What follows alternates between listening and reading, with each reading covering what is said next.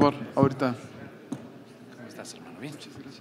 Aprovechamos este tiempo para recordarles, invitarles para el cordial traslado que se hará hacia la charreada que se llevará a cabo en la Arena San Marcos a partir de las 8:30. Será una noche de tradición y espectáculo donde podremos disfrutar de una de las experiencias culturales más emblemáticas de nuestro país. En punto de las 8:30 comenzaremos con el traslado hacia la charreada que se llevará a cabo en la Arena San Marcos.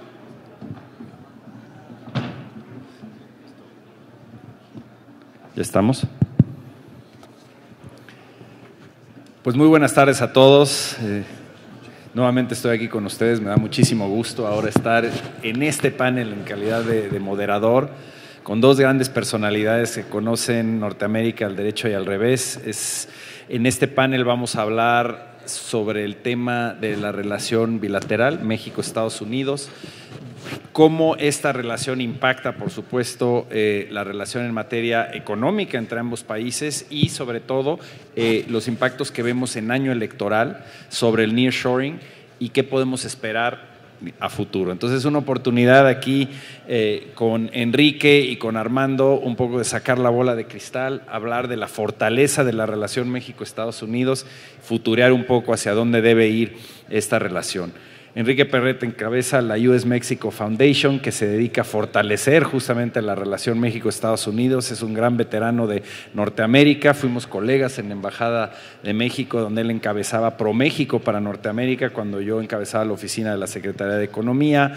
Armando, por supuesto, ha sido diputado y senador de la República. Tiene gran experiencia también en temas internacionales, entonces juntos lo que queremos es tener una conversación sobre los temas puntuales de hacia dónde va la relación, cómo fortalecerla, no solo en lo económico como platicamos en la intervención anterior, en el panel anterior, sino ver un poco de qué se trata este nearshoring cuando hablamos de México y Estados Unidos, qué está pasando en las elecciones y qué va a suceder a futuro en esta relación. Entonces, quisiera empezar ya directamente con algunas preguntas. Para ti, Enrique, yo te he escuchado muchas veces hablar del concepto de ally shoring. Yo creo que en la US Mexico Foundation fueron de los primeros en ponerle marca registrada al tema.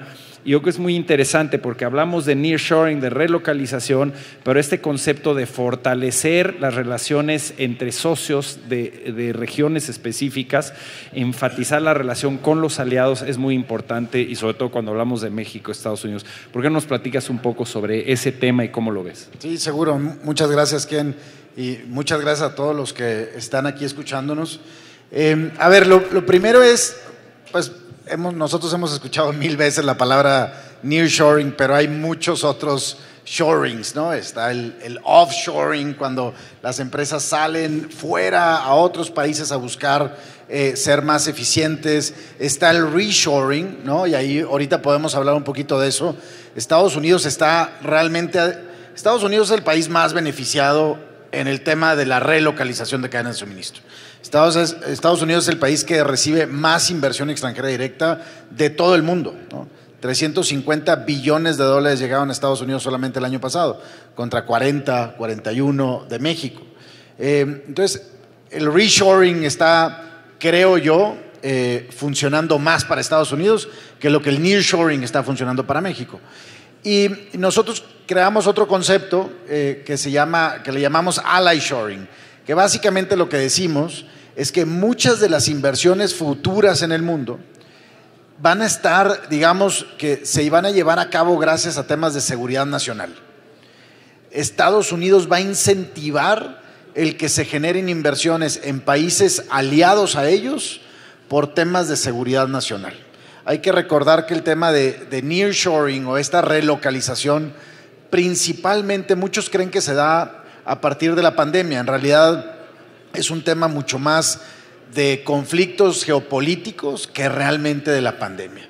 El nearshoring está mucho más vinculado a esta carrera tecnológica, a mí no me gusta llamarle guerra comercial, a esta carrera tecnológica entre Estados Unidos y China. ¿Y quién va a ganar esa carrera tecnológica en materia de inteligencia artificial, semiconductores, vehículos eléctricos, ¿no? Básicamente, bueno, telecomunicaciones, y hay otras, estas industrias esenciales.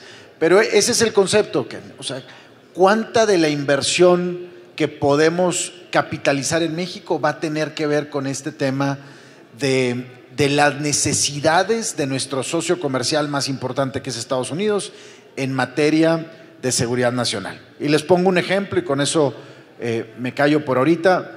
En el tema de semiconductores, Estados Unidos saca dos acuerdos o bills, el CHIPS Act y el IRA, y con eso va a destinar, porque ni siquiera ha comenzado, va a destinar $50 billones a producir semiconductores de la más alta generación, básicamente en Arizona y en Texas. Y bueno, ahí la pregunta es ¿qué rol va a jugar México ante ese tema de seguridad nacional en semiconductores que van a ir embebidos en los coches eléctricos y en las ojivas nucleares? ¿Qué rol va a jugar México? No, y es muy interesante lo que mencionas, Enrique, porque en ese sentido lo que estamos viendo es que esta situación geopolítica a nivel internacional, la relación de Estados Unidos con sus socios o sus principales rivales a nivel mundial también afectan directamente la relación con México y el futuro de nuestra relación económica. Y ahora que estamos en un proceso electoral, y la pregunta es para Armando, pero también me gustaría escuchar tu punto de vista. Obviamente estamos en un año donde coinciden, como se da con cierta regularidad, elecciones presidenciales y legislativas en México y en Estados Unidos. Hay diversas promesas de campaña, planteamientos, promesas, especies de utopías que plantean los candidatos y que muchas veces son contrarias en sus discursos a lo que debería estar sucediendo en materia de la cooperación económica entre México y Estados Unidos. Las declaraciones del presidente Trump, obviamente regresando con los temas de migración, el muro, etcétera, lo que platicamos en el panel anterior sobre los conflictos que crecen en materia de acero y aluminio. Entonces, ¿cómo ves, Armando, tú, digamos, el impacto de los procesos electorales en ambos países? ¿Cómo pueden afectar la relación futura de las siguientes dos administraciones, la de México que empieza en octubre y la de Estados Unidos que empieza en enero del 2025? Bueno, sí, y obviamente muchas gracias por la invitación a la Concanaco. Octavio, felicidades por estar al frente ahora, y a ti, Ken, Enrique, muchas gracias por la oportunidad de estar aquí. Bueno, 2024 yo creo que hay que verlo como uno de los grandes años donde se puede definir un México radicalmente distinto al que tenemos el día de hoy. No digo que vaya a ocurrir de la noche a la mañana, pero lo que es un hecho es que esta confluencia de elecciones entre México, los Estados Unidos, pues sí va a dejar una gran evidencia de cómo la problemática que tenemos tanto de este lado de la frontera como allá, pues es una problemática común.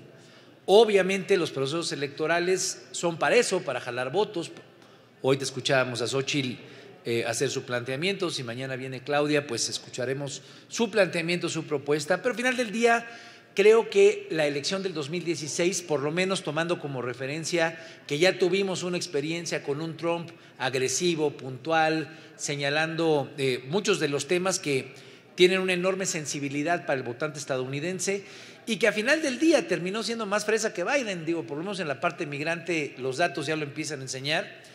Y aquellos que pensábamos, me cuento yo entre ellos, en el 2016, que Trump podía convertirse realmente en un dolor de cabeza para México, pues ya a la distancia, pues yo creo que pues ha sido una especie de bendición o podría ser una verdadera bendición hacia los próximos años. Yo eso es lo que creo. Digo, yo estuve como senador ahí en el Ángel de la Independencia poniendo muera a Trump y cosas de ese tipo, pero cuando tú ves que la confrontación con China como un posicionamiento geoestratégico empieza a buscar redefinir los centros de gravedad en el planeta respecto a la emergencia de China, pues entonces ya el tema de la migración o el del fentanilo, que también va a estar muy presente en el proceso electoral, pues son problemas compartidos que pueden tener soluciones de política pública y que estoy convencido. A mí me gusta mucho el concepto de ally shoring que ahorita comentaron, lo revisé un poco sabiendo que íbamos a estar con Enrique. Pues la verdad es que está padre que el foro de Concanaco se llame nearshoring y que nos traiga a todos a discutir y a hablar de ese tema. Sin duda alguna es muy relevante, pero me parece que nos quedamos muy cortos. Digo, yo creo que Xóchitl se quedó corta y mañana hay que exigirle a Claudia pues que no se quede corta, y se queda corta echárselo en cara, porque me parece que ver el tema del nearshoring exclusivamente bajo la óptica económica es totalmente equivocado, o es muy limitado, por no ser demasiado agresivo en mi comentario. Hoy lo que se abre es la oportunidad de que el funcionamiento que se definió después de la Segunda Guerra Mundial del mundo, cómo funciona la OTAN, cómo funcionan los equilibrios de Estados Unidos en su relación con Europa, cómo funciona obviamente Rusia, ¿no? Cómo funciona la relación chino-rusa, en fin, lo que estamos viendo en el planeta es un movimiento muy, muy, muy importante que tiene su efecto económico, sin duda alguna. Digo, gran parte del billete del nearshoring se está yendo a la India. Entonces habría que preguntarnos cómo se está pensando esa reconfiguración del planeta, cómo el país emergente, que es este gran jugador de más de 1.000 millones de personas, que es China, está tratando de ubicarse como el competidor, como el challenger. La historia nos demuestra desde Esparta con Atenas que siempre es lo mismo, siempre hay alguien que está consolidado y siempre alguien levanta la mano y dice yo quiero esa silla. Bueno, hoy, en este momento de la historia es entre China y Estados Unidos. Bueno, ¿qué rol va a jugar México? ¿Neta nos vamos a quedar solamente a recibir alguna de la lana que decida no irse a Estados Unidos? Pues me parece que es muy limitado. O sea, eso requiere de nuestros candidatas a la presidencia de la República que nos digan cuál es el nuevo tejido en materia de relaciones exteriores que vamos a tener con los Estados Unidos. Porque si tenemos problemas como los que aquí se hablaron hace rato, el tema desafortunado, triste y preocupante de la emergencia de la actividad criminal.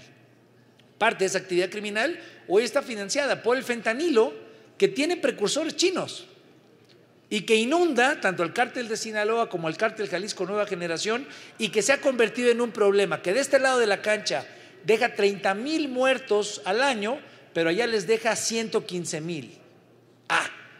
Entonces, quedarnos solamente con el concepto potente, importante, sin duda alguna, del aprovechamiento económico es fundamental, no lo niego, pero ¿cómo le hacemos para que la visión que podamos tener es de tejer esquemas creativos nuevos, como los hicimos hace 30 años, cuando decidimos desde este lado de la cancha plantear el Telecán, ¿no? Entonces ahora, ¿qué jugada podría hacer México en una unión estratégica con la India y con Brasil, bajo un acercamiento más desde la perspectiva de la democracia, un poco lo que el ally shoring plantea, utilizando elementos discursivos que hoy China no representa?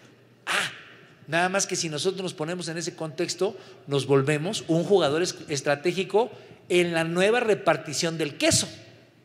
Y creo que de eso se trata un poco el concepto que habría que preparar. Sí, tocas temas muy interesantes como es cuál debe ser la política exterior de México a largo plazo, tomando en cuenta esta gran relación, nuestra relación más importante que es Estados Unidos. El tema de China, me llamó la atención tu comentario de que no necesariamente el futuro es tan oscuro como parecería con una presidencia de Trump. ¿Tú cómo ves el tema, Enrique? Y sobre todo a lo mejor enlazando el tema que empezó a desarrollar Armando sobre China. Es decir, llega un momento en el que somos norteamericanos, lo dijo la senadora Gálvez, es algo que a lo largo de mis años en el gobierno insistíamos en que del punto de vista económico la relación más fuerte tiene que ser al interior de América del Norte y sí, buscar diversificar. Pero ¿qué hacemos en política exterior, en política comercial, si una presidencia de Trump o inclusive el propio Biden por presiones domésticas le pone a México sobre la mesa la siguiente pregunta? ¿Estás con Norteamérica o vas a estar con China? ¿Cómo debemos jugarla? Mira, históricamente Estados Unidos ve a México como un buen vecino, como un amigo, como un buen amigo. De hecho, Estados Unidos acuña también el término de friendly shoring, ¿no? Muy similar al término de ally shoring. Si tú vas hoy al Congreso de los Estados Unidos o a la persona promedio en los Estados Unidos y le pides que te enlisten a los 10 aliados de Estados Unidos, bajo el término aliado, te van a nombrar primero a Reino Unido, a Japón, a Australia, a la India, Alemania, te van a dar 10 nombres antes que México. A México nos ven como un buen vecino, como un amigo y como familia. Pues hoy hay 35 millones de mexicoamericanos viviendo en Estados Unidos. 8 de cada 10 hogares en México tienen a un pariente viviendo en Estados Unidos. Somos familia, ¿no? Y bueno, gran territorio de los Estados Unidos fue de México. Entonces, o sea, hay mucha, pero no somos sus aliados. No hay todavía ese... A ver, para Estados Unidos, y tú lo sabes que has vivido más en Estados Unidos que yo, la palabra trust es absolutamente todo, ¿no? ¿Confías o no confías en el otro gobierno? Si hoy nos preguntamos si Estados Unidos confía plenamente, con los ojos cerrados, en México, probablemente la respuesta es no. Y creo que la pregunta hacia nosotros es, ¿cómo nos movemos hacia allá? ¿O nos estamos moviendo hacia allá? Y ahí viene el cuestionamiento de China, que va a ser la gran pregunta, más allá de si nos expresamos ante la invasión de Rusia a Ucrania, más allá de si nos expresamos ante el conflicto Israel-Gas. El tema de Estados Unidos con México va a ser por mucho la definición de México frente a China. Y ahí creo que hay culpa de las dos partes, ¿no? O sea, creo que México no hemos, ¿no?, ni el empresariado, ni los estados, ni el gobierno federal hemos dicho vamos 100% con Estados Unidos, digamos no a China. No, está llegando inversión china, va a llegar más inversión china y desgraciadamente Estados Unidos no nos hemos sentado a la mesa a decir, bueno, ¿y cuál es la estrategia y cuál es la línea roja? ¿Qué industria no debemos de cruzar? Si llega una planta de satélites chinos a la frontera, ¿qué vamos a decirle? ¿Le vamos a decir que sí o que no? Deberíamos decirle que no. O sea, eso sería lo lógico. Bueno, hoy no sabemos si esa política está o no. Hubo un par de cosas, no sé si recuerdas que en el año pasado hubo por ahí una licitación del gobierno mexicano de unas, creo que eran máquinas de rayos X que se iban a poner en la frontera y lo ganó una empresa china. Pues obviamente el Departamento de Estado a los 5 segundos salió con un comunicado. Jamás va a permitir Estados Unidos eso. Entonces sí tenemos que ser muy estratégicos y muy cuidadosos con eso. Y vaya, yo creo que le podemos sacar mucho provecho. O sea, sí se le puede vender a Estados Unidos un poco ese amor. O sea, es decir, si voy a estar contigo y me la voy a jugar contigo y con Canadá, y con otros aliados, porque al jugártela con Estados Unidos te la vas a jugar con Corea del Sur y te la vas a jugar con Japón y te la vas a jugar con Australia y te la vas a jugar con el club. Pero es en el club que siempre hemos estado, Armando, la verdad. O sea, en cuanto a valores democráticos, en cuanto a valores de compliance empresarial, en cuanto a la participación del gobierno en las empresas, etcétera, es donde hemos estado siempre. ¿Por qué ahorita vamos a no estarlo, ¿no? En el momento en el que le podríamos sacar el mayor provecho económico, social, democrático, como dice Armando, no solamente es lo económico, va mucho más allá, migratorio, de seguridad, de cooperación. Ese es un poco el question mark, ese signo de interrogación que todavía tenemos, ¿no? Y sin duda uno de los principales retos es que, en mi opinión, en este momento tú no tienes un marco legal o regulatorio que te permita, por ejemplo, en México, implementar el mismo tipo de restricciones que está implementando Estados Unidos en contra de las importaciones o las inversiones chinas. De hecho, independientemente de que Trump prometa pegarle con tubo a China, ya estamos viendo acciones de la administración Biden, por ejemplo, nuevas acciones para ahora no solo restringir la inversión china que entra a Estados Unidos, el inbound investment que le llaman, sino restringir la capacidad de las empresas estadounidenses de invertir en empresas chinas, pero no nada más en China, en otros países, eso incluiría a México.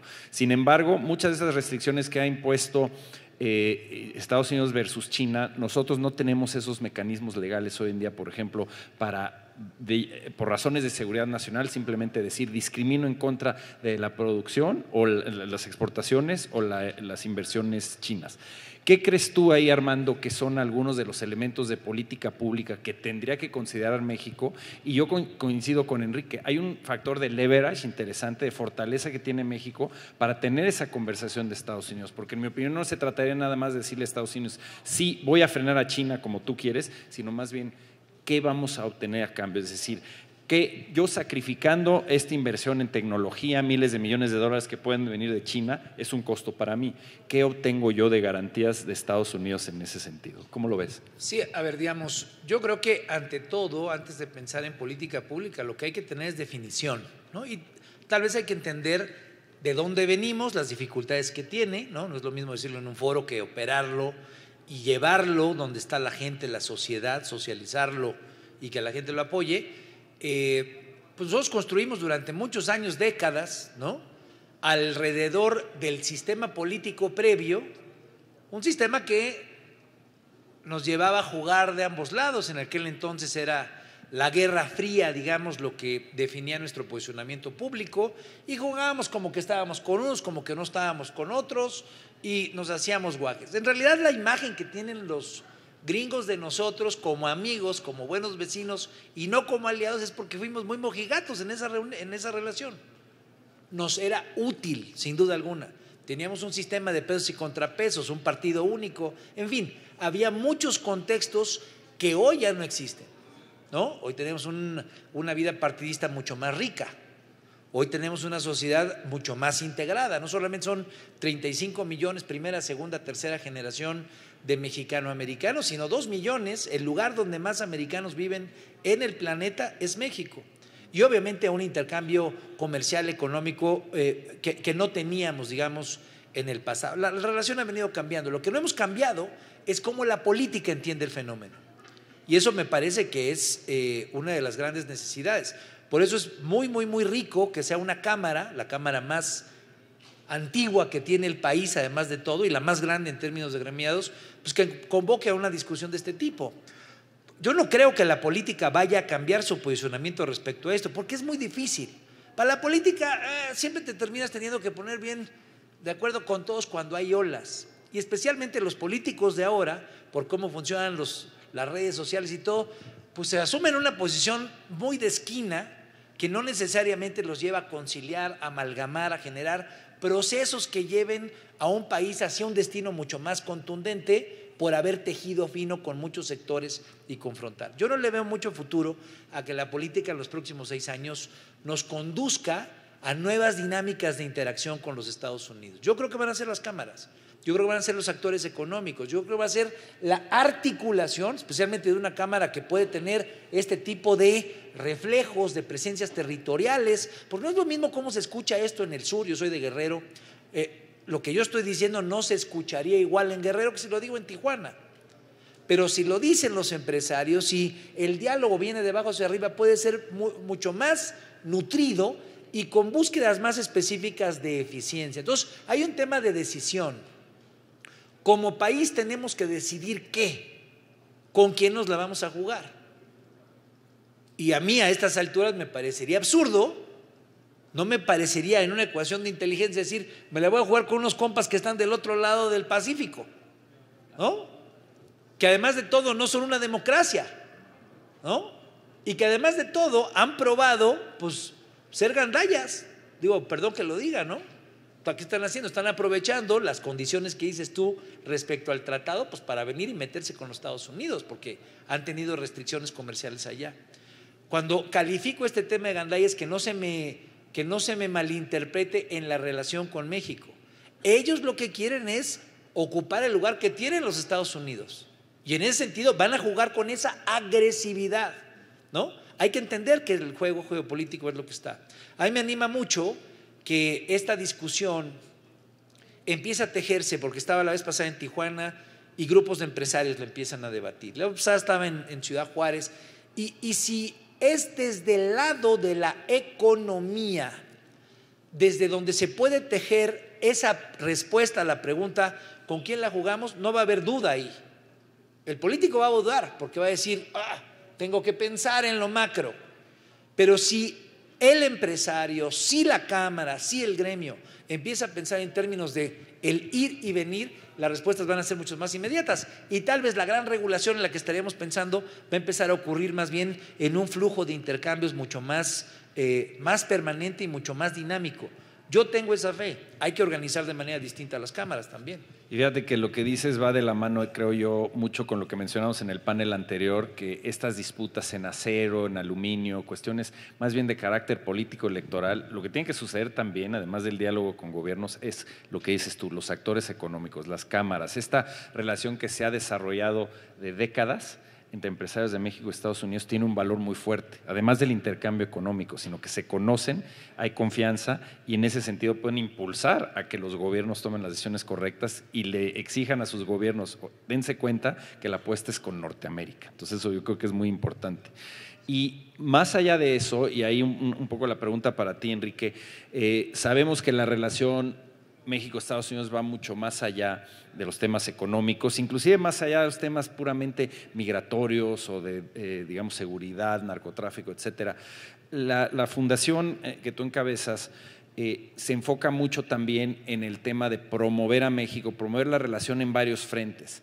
¿Cómo podemos desarrollar eso que tú le llamas, y bueno, se conoce como el soft power, es decir, esa presencia de México en Estados Unidos, que no es de inmediato, pero a lo largo del tiempo va tejiendo lazos culturales, educativos, artísticos, deportivos?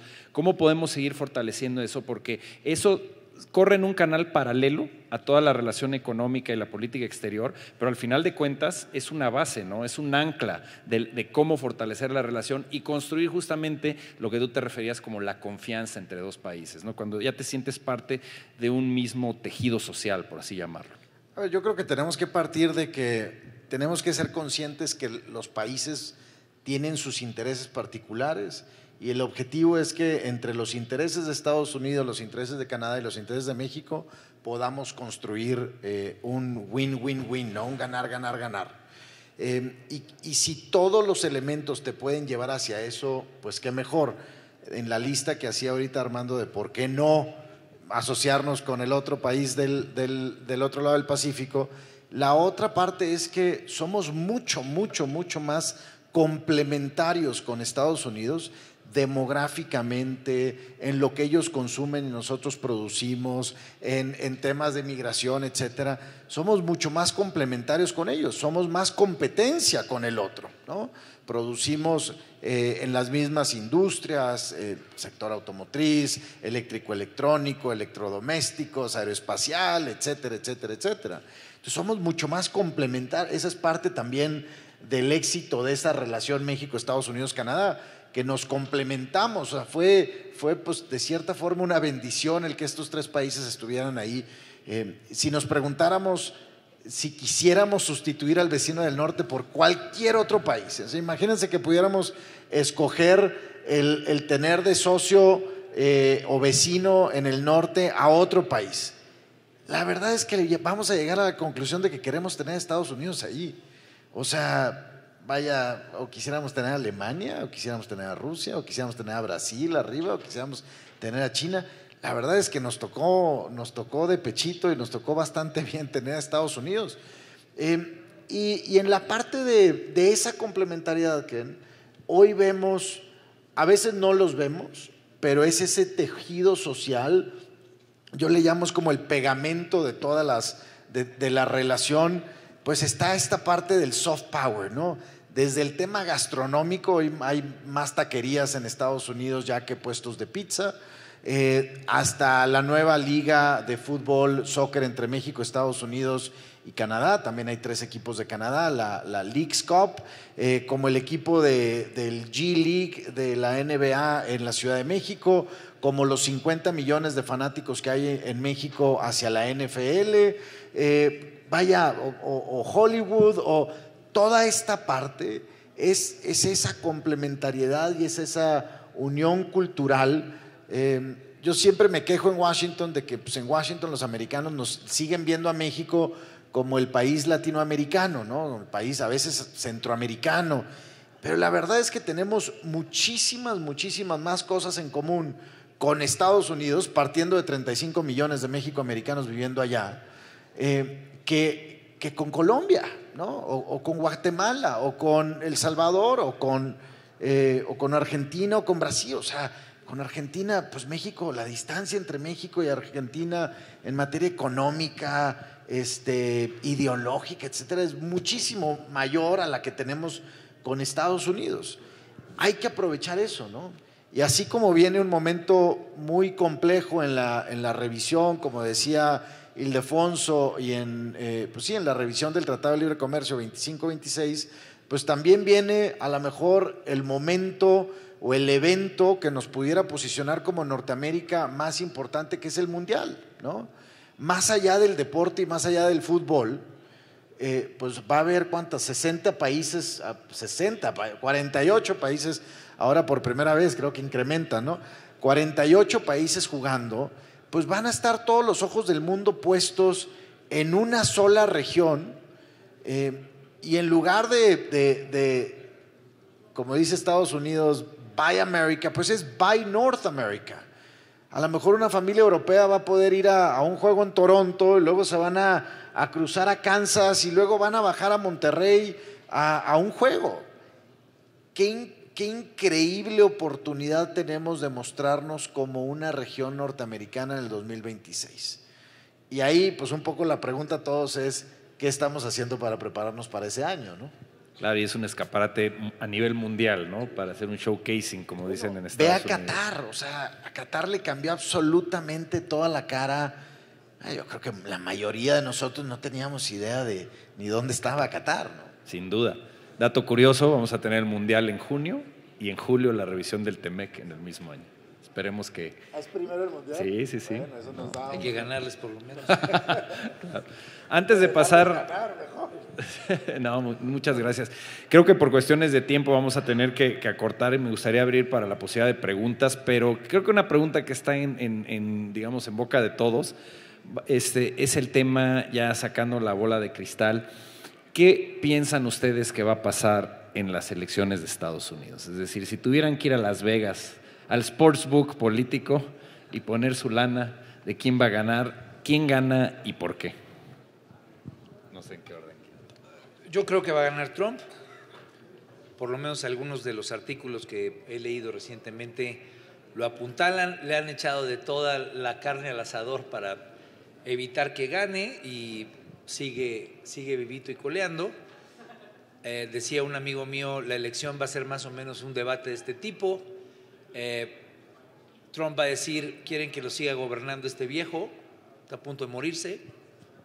Y el otro va a decir, pero prefiero un viejo que a un loco. Más o menos eso va a ser el debate. Y yo creo que la gente ahorita lo que quiere es un liderazgo que diga, este es un viejo. Eso es lo que yo creo, lo que veo. Tengo amigos en Texas, tengo amigos en California. Tal vez Enrique tenga más elementos, pero no quiero dejar solamente eso en contexto. Alguno ganará, me puedo equivocar. Creo que Trump puede ser un buen… A mí lo que me gusta de Trump es que le tiene cantado el gallo a los chinos. Es lo que me gusta, es contundente, es claro, es puntual. ¿Me explico? No es esta vieja política de los demócratas más antiguos que están, digamos, bordeando en los temas. Y como soy un convencido de que el planeta está cambiando su ritmo y está cambiando sus centros de gravedad, creo que esa es la oportunidad para México de reconstruir todo un tejido de narrativa en la relación con los Estados Unidos. No es un asunto menor, están las bases dadas, tenemos un equilibrio interesante, todo el soft power que está ahí está y se va a mantener. La gran pregunta es cómo lo aprovechamos, cómo vamos a entrarle para construir un eje donde ese soft power que tenemos con los estadounidenses nos sea útil para mantener un equilibrio en una nueva dimensión geopolítica, para hacer una bisagra interesante con Latinoamérica, para poder acercar a Brasil más con México que con China y por lo tanto más con los Estados Unidos, para poder hacer que los famosos BRICS, en vez de que solamente sean un paraguas económico, pues son paraguas donde la democracia valga. Y entonces India tiene más que hablar con nosotros que lo que pueda tener que hablar con Rusia, aunque tenga buena relación, y con los propios chinos. Entonces, no tengo claro cuál es el tipo de acuerdo. Lo que sé es que no estamos pensando en eso. Y nos pasa lo que siempre nos pasa a los mexicanos. La bala de plata, nearshoring. Ya llegó la bala de plata. No, perdón, ya chingamos, ¿no? Ya, nearshoring, ya con eso ya lo hicimos. Ya ni le chambes porque el nearshoring ya está. No, el nearshoring es un fenómeno que está ocurriendo en el planeta por distintas causas y en el que México sí tiene una historia que construir. Entonces, si gana Trump, me parece que es un diablo que ya conocemos. Quiso quitar el Tratado de Libre Comercio, no pudo. Ya es alguien que entiende el peso radical, la importancia que tiene nuestra economía. Si nosotros construimos una nueva política de relaciones exteriores, ningún candidato presidencial de este país está hablando de una nueva política de relaciones exteriores cuando las relaciones exteriores del mundo están cambiando. Creemos neta que nos vamos a quedar con el principio de no intervención y vamos a seguir teniendo maximización del crecimiento de una economía de 130 millones de personas. Pues la neta no. Entonces, ¿dónde están los valores agregados? Tenemos idioma con los latinos, tenemos incluso religión con una parte importantísima del mundo. Esos activos de soft power no nos pueden servir para reconstruir un tejido. Pues hay que pensar cómo vamos a hacer que la democracia funcione. Y eso está en juego ahorita en la discusión aquí en este país. ¿Qué tanto profundizamos la democracia o qué tanto no la profundizamos? Pero si la profundizamos y nos la creemos, pues entonces que se vuelva un activo para la relación con los gabachos.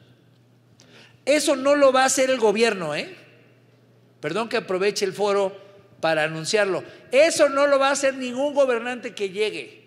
Si les gusta una de un color o de otro, eso no lo va a hacer. Ya quítense la idea a los empresarios de que los gobiernos van a liderar procesos de ese tipo. Perdón que lo diga así. Entonces, qué bueno que la Cámara más importante de la historia de este país convoque una reunión de este tipo, porque si se articula, creo que la podemos pegar interesante. Muchas gracias, Armando. Enrique, ¿cómo la ves? Yo no estoy tan seguro quién vaya a ganar. Para mí ahorita es 50-50 después del discurso del presidente Biden en el Estado de la Unión. Creo que todo puede pasar. Lo que sí son los dos candidatos con mayores negativos en la historia de Estados Unidos. Luego hay un dato que a mí me saca así el colegio electoral de Estados Unidos. Si alguien lo entiende, o sea, yo creo que no hay una sola persona que lo entiende a su completo, pero un congresista de Estados Unidos me decía la semana pasada, mira, el 90% del Congreso en Estados Unidos se define por solo 200,000 personas en Estados Unidos, a través de los distritos. Es increíble, Ken. 200,000 personas de 360 millones deciden el Congreso más poderoso en los Estados Unidos. O sea, ese es digo eso porque yo estoy casi seguro que la elección entre Biden y Trump se va a decidir en un estado o en dos estados, Pensilvania, Michigan o Arizona. Y ya todo lo demás, ya sabemos quién va a ganar California, ya sabemos quién va a ganar Texas, ya sabemos quién va a ganar Florida. Se va a decidir entre 2 o 3 estados. Y además el otro dato es que va a ser la campaña más larga probablemente en la historia de Estados Unidos, porque al día de hoy ya sabemos quiénes son los candidatos. Le llaman candidatos, ¿cómo le llaman? Prospectos, algo así. Aunque ya están decididos, es hasta el día de la convención de cada una demócrata y republicana, en donde se definen y son ya oficiales. Pero Biden la vez pasada se definió hasta finales de mayo, Trump se definió hasta junio, y bueno, hoy en marzo ya tenemos los candidatos. Entonces van a tener una campaña muy larga, que si se define en un estado o en 2 estados, todo puede pasar. Si hay un alto al fuego en Israel y en Gaza, te puede cambiar la historia del juego, porque le pueden dar un gran win a Biden. Si no sucede eso, a lo mejor Trump. Entonces, no lo sé. Muy bien, pues creo que tenemos tiempo para un par de preguntas nada más. Adelante.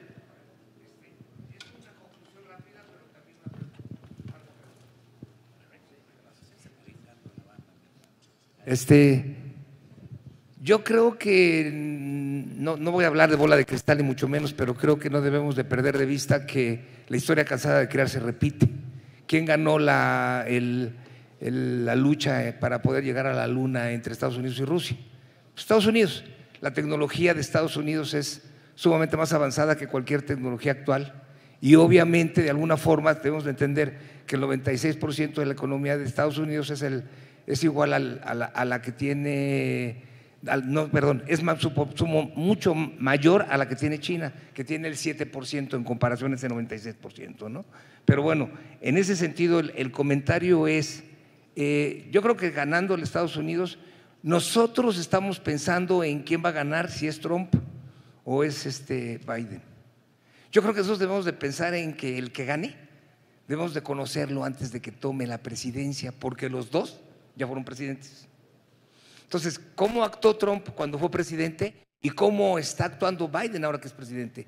Y nosotros los mexicanos, por conducto de esta Cámara poderosa que nosotros tenemos, debemos de estudiar cómo fueron políticamente gobernantes ellos dos en Estados Unidos y cómo trataron a México, para saber cómo nos van a tratar y qué vamos a ir. Y lo último, que también en ese sentido el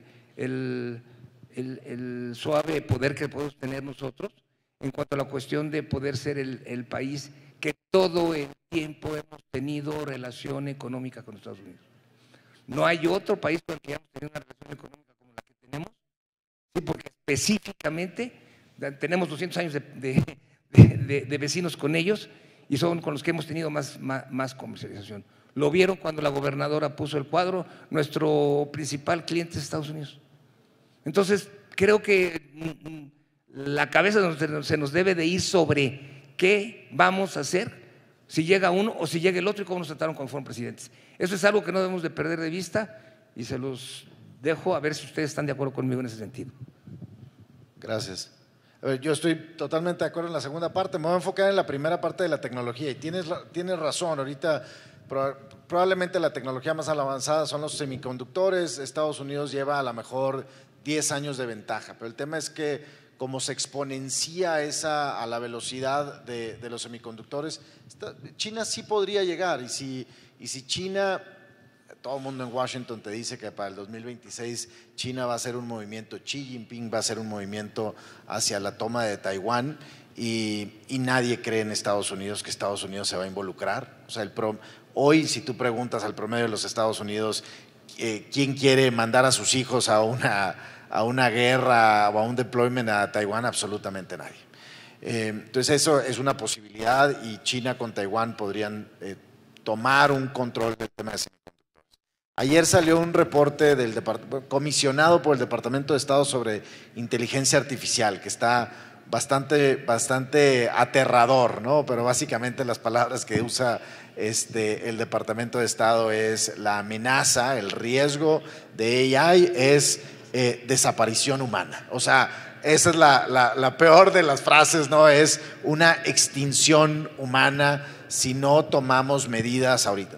Estados Unidos también está preocupado por el tema tecnológico. O sea, por más que tenga ventaja, tú ves a Intel contra Nvidia o lo ves contra la productora de semiconductores taiwanesa, ya no hay tanta diferencia. Entonces, sí llevan una ventaja, pero no toda, ¿no?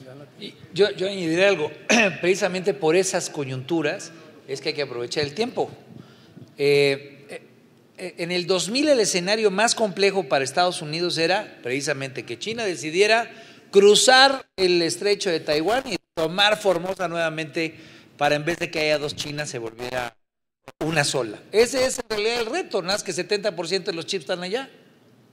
Entonces, hay una necesidad de parte de los estadounidenses de retejer las alianzas alrededor de ello. Yo no creo que vayan a poner una sola planta de chips aquí, pero ¿cómo va a estar toda la parte complementaria que podemos aprovechar nosotros para invertir, para jalar? Pero esa decisión, que es una decisión económica, tiene que tener una asertividad política internacional, que es, señores, está cambiando el mundo y nosotros nos lo vamos a jugar con los valores que representa este juego de la cancha. Somos el país que más huella tiene en los Estados Unidos y que más huella puede tener. Hay 3 países que tienen huella. Huella es, vas a un lugar y de repente y te encuentras el Chinatown, ¿no? China, los turcos y México. Por eso el tema de las taquerías llama tanto la atención. Entonces creo que vale la pena pues ir recondicionar cosas y exigirle a quienes hoy compiten por la presidencia de la República pues que fijen posición respecto a la política internacional. Y como estoy convencido que no lo van a hacer, pues qué bueno que la Cámara esté convocándonos para que en las alianzas estratégicas del otro lado de la cancha podamos tejer esta visión. Muchísimas gracias. Con eso concluiríamos el panel. Por favor, un gran aplauso aquí para Enrique y Armando. Les agradecemos mucho su tiempo. Gracias.